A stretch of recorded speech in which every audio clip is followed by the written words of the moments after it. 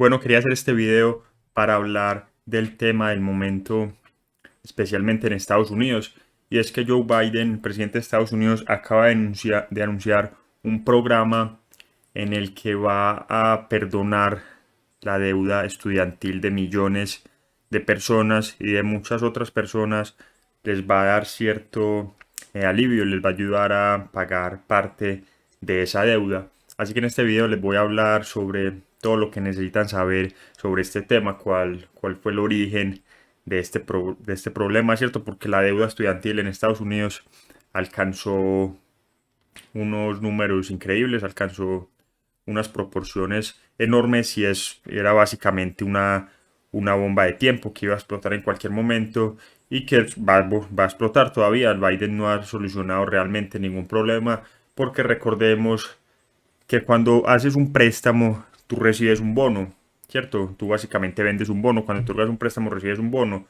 Por lo tanto, hay dos hojas de balance. La tuya, en el que ese bono es parte de tus activos, y la de la persona a la que le prestaste ese dinero, cuya deuda es parte de sus pasivos, porque debe devolverte el dinero más intereses. Por lo tanto, al perdonar la deuda o al eliminar la deuda, más adelante vamos a conocer con detalle en este programa, pero eh, las cosas no desaparecen simplemente. Es decir, si esta deuda se perdona, entre comillas, lo que va a ocurrir es que esos acreedores, los que le prestaron el dinero a los estudiantes, van a tener que eliminar ese activo de sus libros contables, y esto va a tener un enorme efecto en la economía, porque muchos de estas instituciones que prestaron dinero a los estudiantes son bancos. Ahora, el gobierno también prestó mucho de este dinero a los estudiantes, y como el gobierno no se rige por las ganancias y las pérdidas, puede que no tenga el mismo efecto que esto tendría en los bancos, ¿cierto? Porque cuando los bancos disminuyen el valor de sus activos, sus ingresos futuros disminuyen, por lo tanto el mercado los castiga y el precio de sus acciones baja, y esto puede tener un efecto en su capacidad para pagar sus propias deudas, ¿cierto? Los bancos también tienen deudas, ¿cierto? Todos somos acreedores de los bancos, los depositantes. Aparte de eso también tienen otro tipo de bonos y todo esto, así que el mercado los castiga bajando el precio de la acción de los bancos. Pero en el caso del gobierno, donde no hay pérdidas y ganancias, la forma en la que esto afecta a la economía es que el gobierno debe aumentar los impuestos para pagar eh, por toda esta deuda. Es decir, en el caso de la deuda estudiantil que fue financiada por el gobierno, los que pierden son los contribuyentes. Pierden con más impuestos o con más inflación en caso de que Joe Biden use la Reserva Federal para monetizar toda esta deuda. Así que vamos a ver aquí rápidamente eh, los datos más importantes de esta propuesta de Joe Biden. Y es que en la actualidad hay 1.6 billones de préstamos estudiantiles. Esto es una cantidad de deuda enorme, tomando en cuenta que no es deuda para comprar una casa, ¿cierto? No es una hipoteca, no es deuda para comenzar un negocio, es deuda para simplemente comenzar la vida laboral de muchas personas, es deuda para estudiar.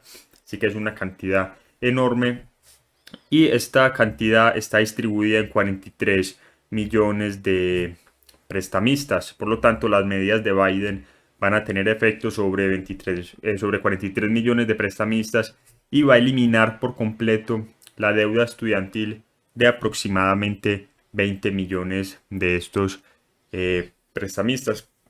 Pero vamos a dar un paso atrás y a comprender cómo surgió este problema de la deuda estudiantil en Estados Unidos y en muchas partes del mundo, ¿cierto? Porque esto es un problema a nivel mundial, aunque la verdad es mucho más grave en Estados Unidos. Y es que en el pasado, cuando hablo del pasado me refiero a los 50, los 40, los 30, esas décadas, las personas no tenían que endeudarse para ir a la universidad en Estados Unidos. Es decir, si eras rico, si eras una persona de una familia que tenía eh, una buena estabilidad económica, tus padres simplemente escribían un cheque e ibas a la universidad, no había ningún problema. Ahora, no muchos eran ricos.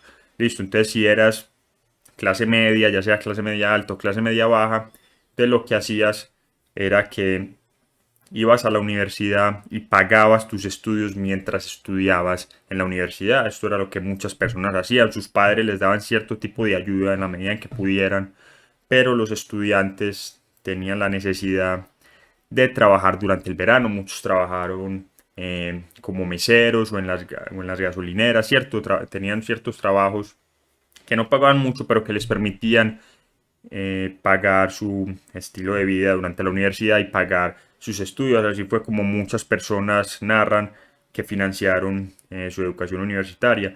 Pero lo cierto es que sí, muchas personas no iban a la universidad. La buena noticia es que no era necesario, no necesitabas en el pasado, ¿cierto? En los años 30, 40, 50 e incluso en los 60, no necesitabas, al menos en Estados Unidos, no necesitabas un título universitario para tener éxito en la vida. En ese momento Estados Unidos era un país muy industrializado y con un diploma de la secundaria era más que suficiente para obtener un buen trabajo y para sostener una familia, una esposa y 2 o 3 hijos. Ese era el sueño americano después de todo.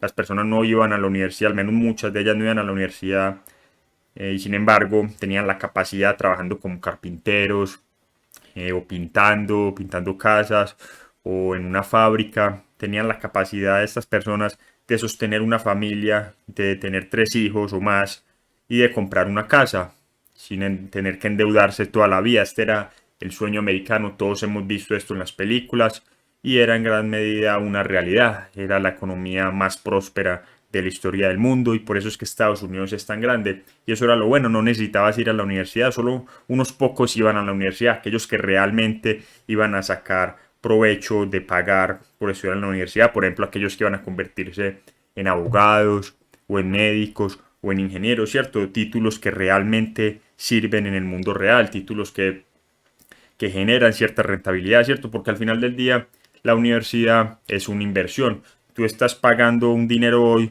para recibir ese dinero de vuelta en el futuro, más todas las ganancias por todo el tiempo y el riesgo invertido. Así que hay que ver siempre la universidad como un negocio. Y la realidad es que hoy en día la universidad no es muy rentable para muchas personas. Hay personas hoy en día en Estados Unidos que se endeudan, que estudian un pregrado, un posgrado, maestrías y todas esas cosas y pasan 5, 6, 7, 8, 9 años en una universidad y al final lo único que tienen para mostrar es un título en filosofía o en estudios de género o en ciencias sociales, en cosas que realmente no tienen mucho valor en el mercado y es básicamente imposible que estas personas con estos títulos logren pagar sus préstamos estudiantiles de vuelta. Pero bueno, ¿cómo es que estas personas lograron eh, ir a la universidad? Es decir, cómo es que la deuda estudiantil comenzó a esparcirse a lo largo de la sociedad de Estados Unidos y como bien les dije, antes las personas no se endeudaban, es decir, no existían prácticamente créditos estudiantiles. Los que tenían dinero pagaban por eso, los que tenían algo de dinero, pero no todo, trabajaban durante el verano para pagar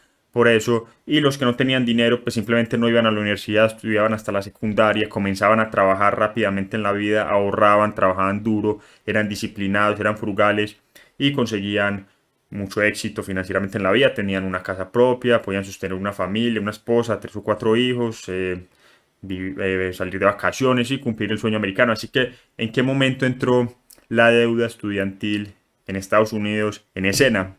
Y ocurrió más o menos a mediados de los 70 y ocurrió de la siguiente manera. Muchos políticos querían obtener el voto de las personas jóvenes, de los estudiantes. En Estados Unidos comenzó a bajar el requisito de la edad de votación. Muchas personas jóvenes ahora podían votar. Así que muchos políticos querían obtener el voto de los estudiantes. Y una forma de obtenerlo era convencerlos de tomar créditos estudiantiles. Muchos políticos les decían a los estudiantes: no, no es justo, no tienen que trabajar en el verano, porque están aquí en un restaurante siendo camareros, en una gasolinera, atendiendo a las personas. No, no hay necesidad de que hagan esto. Miren, nosotros, el gobierno, les vamos a prestar el dinero para que vayan a la universidad y ustedes simplemente nos pagan este dinero de vuelta cuando se gradúen, cuando terminen la universidad, cuando tengan un empleo estable, cuando comiencen su carrera, nos pagan el dinero de vuelta, no hay problema, vayan y disfruten de sus vacaciones, disfruten del verano. Esto fue lo que los políticos les dijeron a las personas en los 60 y a las personas les encantó. Claro, una persona de 20 años, pues no tengo que trabajar, puedo disfrutar del verano, puedo salir con mis amigos, puedo salir hasta tarde, puedo disfrutar de mi juventud, de mis años universitarios. Por supuesto que voy a votar por esta persona y en un futuro, cuando tenga más dinero, pues voy a pagar toda esta deuda de vuelta. No hay ningún problema, no veo ninguna desventaja, solo veo ventajas en esta propuesta. Y por supuesto, una vez que el gobierno comenzó, aunque realmente el gobierno no comenzó prestándole dinero a las personas directamente, sino que comenzó garantizando los préstamos. Es decir, un banco, tradicionalmente un banco no le va a prestar dinero a una persona de 18, 19 o 20 años que no tiene ingresos, no tiene todavía ni siquiera estudios, no tiene ningún recorrido laboral, no tiene fuente de ingresos. Un banco no le va a prestar dinero a esta persona. Pero si el gobierno federal de los Estados Unidos garantiza este préstamo, por supuesto que el banco le va a prestar dinero a esta persona, porque en caso de que esta persona, de que este joven de 18, 19, 20 años, no pague el préstamo, entonces el banco simplemente va donde el gobierno para recolectar el dinero. Y esto fue lo que hizo inicialmente el gobierno, comenzó a garantizar los préstamos. Y por supuesto, una vez que los préstamos fueron garantizados por el gobierno, los bancos comenzaron a prestar cada vez más dinero a los estudiantes para ir a la universidad. Esto a la vez incrementó la demanda porque recordemos en el pasado no todos iban a la universidad, así que cada vez más personas de estratos más bajos comenzaron a ir a la universidad. Esto aumentó artificialmente la demanda por pregrados universitarios. Este aumento de la demanda ocasionó que el precio subiera cada vez más y a medida que el precio de ir a la universidad aumentaba, los estudiantes tenían que adquirir cada vez préstamos más y más altos y esto al final se convirtió en una espiral enorme en donde las personas hoy en día solo pueden ir a la universidad si piden préstamos estudiantiles. Y la ironía de esto es que la razón por la que la universidad es tan cara es porque existen estos préstamos estudiantiles, porque si no hubieran préstamos estudiantiles, muchas personas simplemente no podrían permitirse ir a la universidad con estos precios tan altos y las universidades se verían obligadas a disminuir dramáticamente el precio de sus matrículas. Así que esta garantía del gobierno en los préstamos estudiantiles es la razón por la que tantas personas piden préstamos estudiantiles y estos préstamos estudiantiles es la razón por la cual los precios de las matrículas universitarias son tan caros hoy en día porque aumentan artificialmente la demanda y por lo tanto las universidades debido a toda esta demanda que tienen aumentan el precio de las matrículas universitarias. Así que es una espiral que se alimenta a sí misma. ¿Cierto? Todo esto hace que el precio de la universidad, el precio de ir a la universidad sea más alto año tras año. Y eso es precisamente lo que les voy a mostrar aquí. Esa es la historia que les conté. Es real. El gobierno de Estados Unidos comenzó a garantizar los préstamos en 1965. Antes de esto, la universidad era barata. Las personas que iban a la universidad era porque realmente iban a obtener beneficios de un título universitario y tenían los medios para pagar una carrera universitaria o estaban dispuestos a trabajar durante el verano para pagar sus estudios. Y las personas que no iban a la universidad no había ningún problema, igual te podían vivir grandes vidas, muchos se convirtieron en grandes empresarios, otros en autoempleados, es cierto, en carpinteros, electricistas, albañiles y todo este tipo de cosas y lograban comprar una casa propia y sostener una familia, así que no era un problema en ese entonces en Estados Unidos. No todos podían ir a la universidad, pero los que iban podían permitírselo y obtenían beneficios de esta inversión. Pero el gobierno decidió involucrarse en el asunto y creó un enorme problema que es el que estamos experimentando en la actualidad, esta enorme crisis de deuda estudiantil que antes no existía y antes tampoco era cara a la universidad. La universidad, como les voy a mostrar también en esta gráfica, la universidad durante mucho tiempo el precio se mantuvo relativamente estable, es decir, aumentaba casi que a la par con la inflación.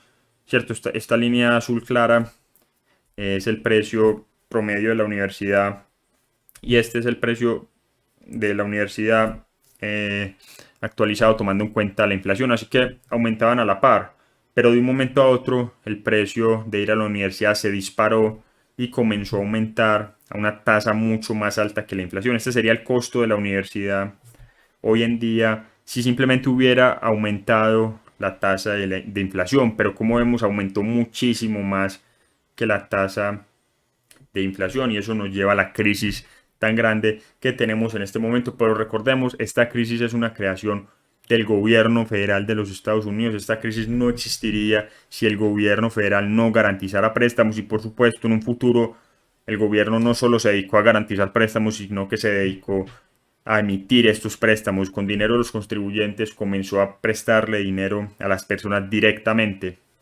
Y como vamos a ver aquí,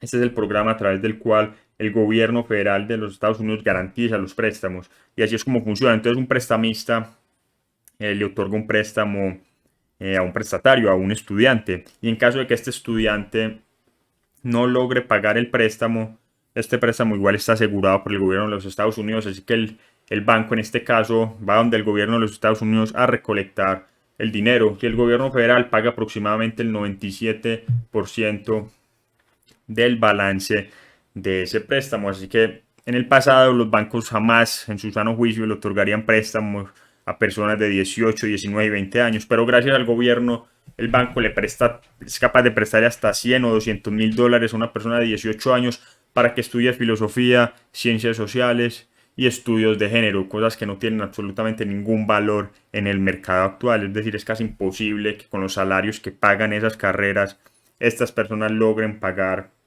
sus préstamos estudiantiles de vuelta. Y algo interesante a notar es que esto fue lo mismo que ocurrió con la crisis subprime de 2007, 2008 y 2009, con la burbuja inmobiliaria. Muchos han visto películas de esta burbuja inmobiliaria y documentales y se preguntan cómo es que los bancos fueron tan codiciosos, tan ignorantes y tan ingenuos para prestarle dinero, para otorgarle hipotecas a personas que en muchos casos no tenían ni ingresos, ni empleo, ni activos, ¿cierto? Los famosos préstamos ninja, no income, no job, no assets, no tenían absolutamente nada a su nombre, no habían perspectivas de que estas personas pagaran estas hipotecas y sin embargo muchos bancos le otorgaron a estas personas una, dos, incluso tres hipotecas. Estas personas tenían, si muchos recuerdan, esa escena de la película La Gran Apuesta, en donde una de estas mujeres, que es bailarina de striptease, le comenta a uno de los actores principales que tiene 2 o 3 condominios, si no estoy mal. Y en ese momento esa persona se da cuenta que esto es una enorme burbuja, que cómo es posible que esta mujer que se dedica a esto tenga tantas propiedades a su nombre, no tiene ningún sentido. Pero la razón por la que los bancos en ese entonces, los corredores inmobiliarios, los brokers, otorgaron hipotecas irresponsablemente a estas personas es porque el gobierno federal garantizaba en muchos casos a través de 2 agencias gubernamentales, Fannie Mae y Freddie Mac, garantizaba estas hipotecas. Así que si estas personas no pagaban estas hipotecas, los bancos simplemente iban donde el gobierno federal y el gobierno federal, con el dinero de los contribuyentes, pagaba las hipotecas. Así que al final del día no es del todo culpa de los bancos, no es culpa del capitalismo. En un verdadero capitalismo de libre mercado el gobierno no se involucraría garantizando préstamos estudiantiles ni hipotecas. Las personas que quieran otorgar un préstamo van a tener que convencer a un prestamista de que son capaces de devolver este dinero en el futuro. El gobierno no se involucraría en esto y no hubiéramos tenido la crisis hipotecaria, la crisis inmobiliaria del 2007 en Estados Unidos, ni tampoco tendríamos esta enorme crisis de la deuda estudiantil actualmente. Así que todo esto son creaciones del gobierno. El gobierno creó estas 2 crisis y Joe Biden no va a lograr solucionar este problema simplemente decretando que va a perdonar todas estas deudas. Como les dije en un inicio, estas deudas son el activo de alguien más. Así que el público va a pagar por todo esto de una manera u otra. Recordemos la lección más importante de la economía: no existe un almuerzo gratuito. Las personas van a tener que pagar esto de una forma u otra, ya sea con impuestos más altos o con inflación más alta, en caso de que Joe Biden use a la Reserva Federal para monetizar todas estas deudas y perdonar estas deudas estudiantiles. Así que en resumen, esto es un desastre. Si queremos solucionar este problema a largo plazo, hay que aprender de nuestros errores. El gobierno tiene que abandonar por completo el negocio de garantizar y otorgar créditos estudiantiles. Hay que dejar que el libre mercado se encargue de esto. Por ejemplo, si hoy en día si el gobierno federal de Estados Unidos no garantizara préstamos estudiantiles ni otorgara préstamos estudiantiles, la verdad es que prácticamente nadie podría ir a la universidad. Esa es la realidad. La matrícula universitaria es tan cara en Estados Unidos hoy en día que solo los ultra ricos, el 1%, es capaz de permitirse pagar esto sin una deuda estudiantil. Bueno, pero hagamos el ejercicio mental. Si nadie puede ir a la universidad a menos de que puedan endeudarse y hacemos de cuenta que el gobierno no va a garantizar más estas deudas ni las va a otorgar, entonces nadie va a poder ir a la universidad. Entonces, ¿qué le va a tocar hacer a las universidades? Les va a tocar hacer lo que todas las empresas hacen en el libre mercado, buscar formas de reducir sus precios, tienen que volverse más eficientes. Muchas de estas universidades construyeron enormes campus con muchos gimnasios, con apartamentos para que los estudiantes vivan cómodamente. Es decir, como el gobierno federal estaba pagando la factura de todo eso, estaba garantizando u otorgando sus préstamos, a nadie le importaba el precio, a los estudiantes no les importaba el precio porque ellos pensaban que iban a pagar en el futuro, y a las universidades no les importaba, no eran sensibles al precio porque el gobierno federal estaba subsidiando básicamente todo esto. Así que comenzaron a construir todas estas instalaciones lujosas para atraer estudiantes. Pero bueno, en un escenario en donde el gobierno no otorgue ni garantice los préstamos, las universidades van a tener que volver a reducir sus costos, van a tener que reducir sus precios para que los estudiantes puedan volver a pagar las matrículas universitarias. Así que si sacamos al gobierno de este negocio, los precios de las matrículas universitarias van a comenzar a bajar. De la misma manera que los precios de los computadores y de los celulares y de muchas cosas en la economía bajan cada año. Cada año los artículos tecnológicos son mejores y más baratos. ¿Por qué? Porque el gobierno no se involucra en lo más mínimo. Tenemos libre competencia, tenemos libre mercado. Imagínense que el gobierno comenzara a subsidiar o a otorgar créditos para que las personas compraran un computador o un smartphone. No hay que ser un genio para saber que el precio de esos artículos comenzaría a dispararse. De la misma manera que el precio de la deuda estudiantil, que el precio de las matrículas universitarias comenzó a dispararse en la década de los 60, cuando el gobierno de Estados Unidos comenzó a involucrarse en esta área. Pero bueno, eso era todo por este video. Quería explicarles brevemente el origen y las causas de esta enorme crisis estudiantil. Esto es culpa del gobierno, como todo. Todas las áreas en las que el gobierno se involucra en la economía termina arruinándolas por completo.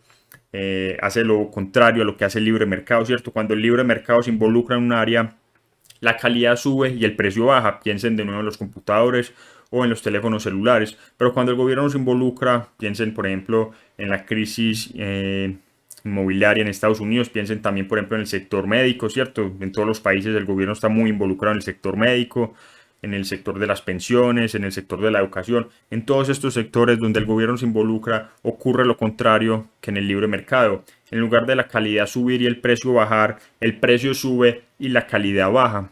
Por eso es que queremos que el gobierno sea lo más pequeño posible, lo más limitado posible, para que no se involucre en todas estas áreas y para que el capitalismo haga lo suyo.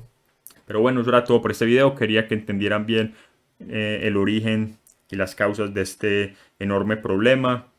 Nos vemos en un próximo video. Recuerden que si quieren que hable de algún tema en particular, me pueden escribir por Instagram, por WhatsApp, por Telegram y darme las sugerencias. Nos vemos en un próximo video.